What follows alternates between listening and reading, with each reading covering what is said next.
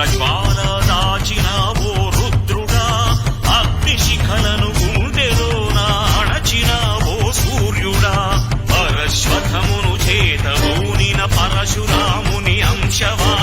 హింసగణచగ ధ్వంస రచనను చేసిన